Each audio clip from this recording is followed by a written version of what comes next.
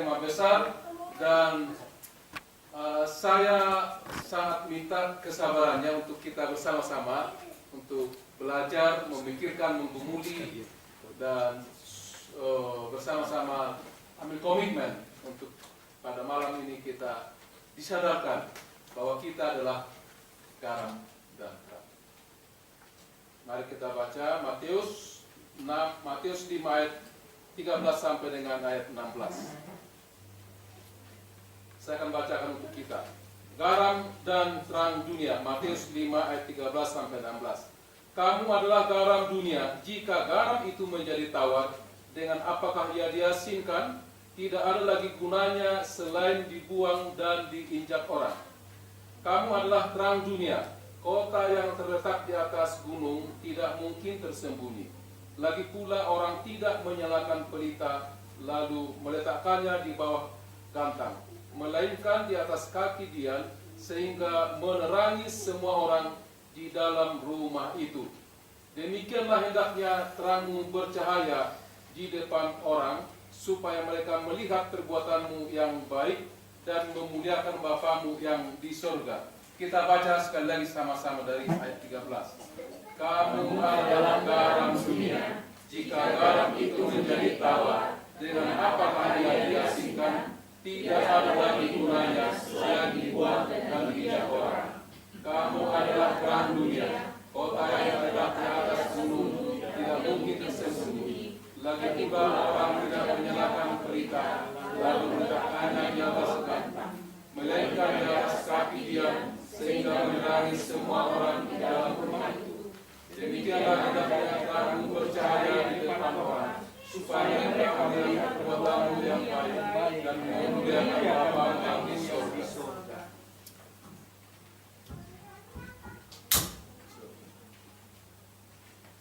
Nah, saudara patogar, kita sungguh bersyukur ya, karena hari ini kita dapat topik besar.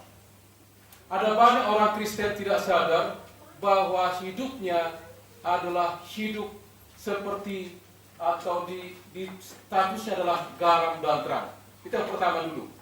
Jadi kalau kita menyatakan diri anak Tuhan, murid Kristus, kita perlu menyadari kita memiliki visi dan misi. Ya, status kita bukan menjadi garam dan terang, tapi status kita adalah garam dan terang itu sendiri. Yaitu Tuhan Yesus mengatakan di ayat 13 itu, kamu adalah garam dunia. Tidak dikatakan jadilah garam dunia. Tidak, ini status. Ini adalah bagian khotbah di bukit yang Tuhan sampaikan kepada murid-murid yang sudah percaya dan mengikuti Dia. Oleh karena itu malam ini sesungguhnya kita disadarkan, diingatkan, ingin dikuatkan iman kita, menyadari kembali status kita. Saudara-saudara, waktu saya merenungkan dan merefleksikan dalam hidup saya betul-betul ditegur karena ternyata tidak boleh satu detik pun kita melupakan status ini. Saudara-saudara, kita bertanya dulu di dalam keseharian kita.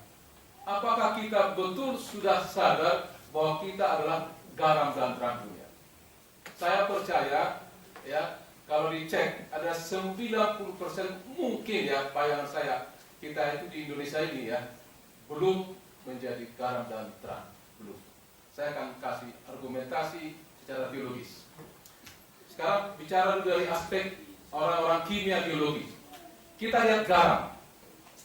Kita tahu bahwa kita minoritas, betul? Nah, dan garam itu di dalam makanan juga minoritas, betul? Betul. Tapi apakah kita sadar kita yang minoritas ini sudah seperti garam itu? Saya kira belum. Pertama, garam itu di dalam makanan minoritas. Dia tahu dan sadar sendiri dia minoritas. Nah, ini yang mau diingatkan kepada kita. Pertama, garam itu adalah unsur makanan yang betul-betul dia minoritas, tapi dampaknya sangat besar. Itu kata kunci. Dampaknya sangat besar. Pertama kita lihat, saudara-saudara, garam itu di dalam makanan bagian terkecil, tapi pada saat dia menyatu dengan makanan, dia tidak kelihatan. Dia melebur diri. Dia tidak menonjolkan diri. Itu artinya orang-orang Kristen anak Tuhan, walaupun dia di belakang layar, walaupun minoritas, dia harus menyatakan dirinya sebagai Tuhan yang mengintegrasikan diri dalam lingkungan, dan dia tidak boleh menyombongkan diri. Jadi garam itu simbol kerendahan hati. Itu yang pertama, simbol kerendahan hati. Yang kedua, garam itu kita lihat adalah punya dampak yang sangat besar. Kenapa? Karena makanan itu punya manfaat yang sangat besar. Pertama, Pak, dia menyedapkan makanan. Saudara, kalau tidak ada garam, tentu ya, gak enak ya. Wah, apalagi sayur, apalagi ada saksang, aduh, sangat menderita kalau tidak ada garamnya. Dalam kondisi yang sangat minoritas, garam itu punya dampak yang sangat besar. Nah, saudara, kita perlu diingatan kembali bahwa kita sebagai garam itu sangat dibutuhkan di tengah-tengah dunia ini untuk menggaram. Jadi membuat sedap. Coba kita di tempat pekerjaan, di kantor. Apakah kita sudah membuat sedap lingkungan kita?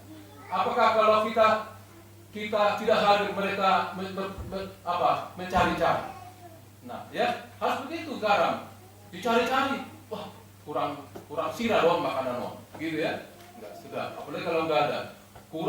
Kurang garam aja sudah diprotes. Apalagi kita tidak ada. Nah, tapi kenyataannya saudara, dalam kenyataannya ada juga yang menyatakan diri anak Tuhan Kristen, tapi justru tidak disukai di lingkungannya. Betul? Ada banyak. Apalagi kalau dia sedang berantem dengan roti. Saya namanya Roy.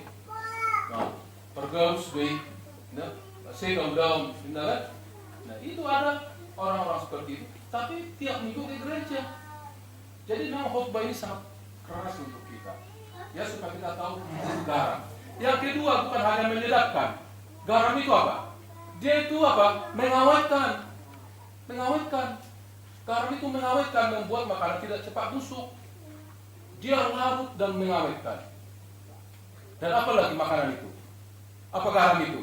Garam itu menjadi obat. Ya, garam itu menjadi obat. Nah, saudara, garam itu tercipta dari bahan kimia, katakanlah begitu, proses kimia, laut berinteraksi dengan sinar matahari. Jadilah garam.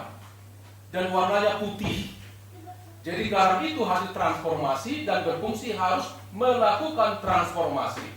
Garam itu harus transformasi interaksi antara itu air laut dengan sinar matahari dan difungsikan untuk melakukan fungsi-fungsi yang tadi. Saudara-saudara, kita lihat warna garam itu putih. Warna garam itu putih dan fungsinya sangat besar walaupun kecil. Itu simbol sebagai anak Tuhan kita harus rendah hati. Tidak ada di dunia ini kebenaran yang sejati itu menjadi dominan di dalam jumlah. Tidak. Dari dulu saya lihat. Dari dulu. Coba lihat bangsa Israel. Sampai hari ini minoritas. Ya. Sampai hari ini minoritas. Tapi coba, siapa yang dari dulu bisa mengalahkan bangsa Israel? Tidak. Ya. Ada banyak contoh orang-orang kecil, tubuhnya kecil seperti Daud. Ya. Tapi siapa zamannya mengalahkan? Justru badannya kurus. Apalagi kalau saya baca sejarahnya siapa? John Sung, ya, penginjil besar dari Cina. Kurus, ya, pendiam. Tapi dia luar biasa dampaknya, ya, dalam penginjilan di seluruh dunia. Saudara, kita kecil harus punya dampak besar. Kita dipanggil untuk memberikan warna, memberikan sedap, mengawetkan, memberikan obat, menghibur orang-orang yang susah. Bukan membuat masalah, tapi memecahkan masalah.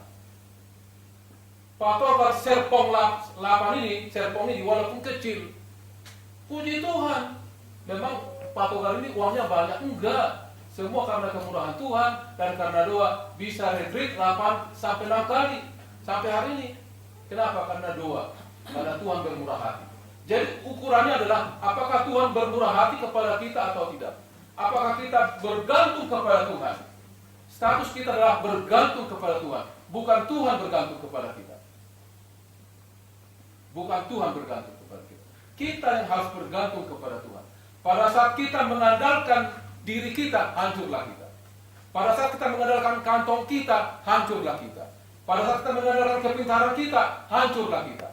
Tapi kalau kita mengandalkan Tuhan, Tuhan akan buka jalan pelan-pelan. Dan jangan bersandar kepada logika, pikiran, warisan, dan segala penampilan dunia ini. Bersandarlah kepada Tuhan.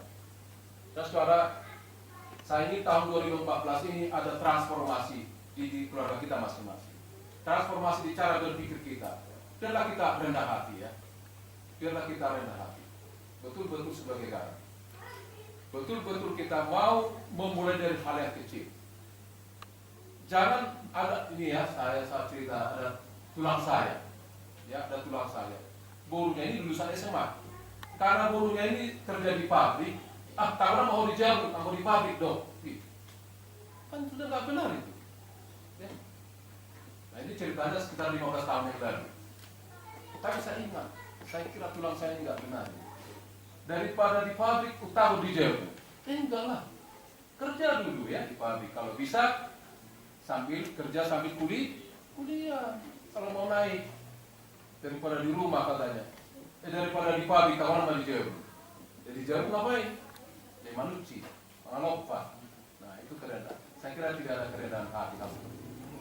Begitu juga kita, patokan Serpong ini, biarlah kita makin hari makin rendah hati dan sadar bahwa kita adalah anak Tuhan ya. Kita harus jadi garam. Dari dulu ya, waktu saya masih kecil sampai hari yang namanya orang Batak itu, apalagi Kristen Batak, minoritas.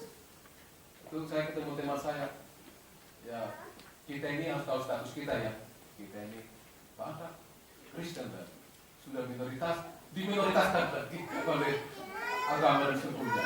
Jadi saya akhirnya setelah belajar firman Tuhan ya dan ketemu lagi persiapan ini, loh saya garam ini, nggak perlu kecil hati, minoritas nggak perlu, karena kita harus berkualitas. Kita harus berkualitas. Kita bukan jadilah garam, enggak. Kita adalah garam.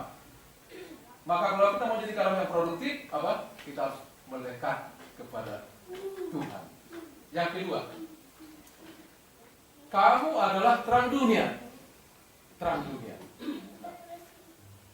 Baik garam melakukan fungsi yang sangat hebat, melakukan penetrasi, terobosan terhadap semua dimensi unsur elemen makanan. Begitu juga terang. Saya belajar saudara-saudara, terang ini suatu entitas. Suatu entitas artinya dia tidak bisa digulingkan oleh kuasa apapun. Tapi kegelapan akan digulingkan oleh terang. Jadi kegelapan itu bukan entitas, tapi terang entitas. Pada saat terang datang, kegelapan hilang. Pada saat gelap datang, terang tidak bisa hilang. Langsung lenyap itu kegelapan. Jadi dia punya entitas, punya eksistensi yang sangat kuat. Oleh karena itu, kita sebagai terang, betul-betul harus terang. Ya, kita harus apa? Terang dan betul-betul terang. Ayo kita bilang dulu. Terus terang. Ayo, terus terang, terang terus. Ayo, terus terang, terang terus. Sekali lagi, terus terang, terang terus. Nah, itu orang Kristen Batak harus terus terang dan terang terus. Jangan pendek-pendek. Jangan pendek-pendek. Nah, jadi kita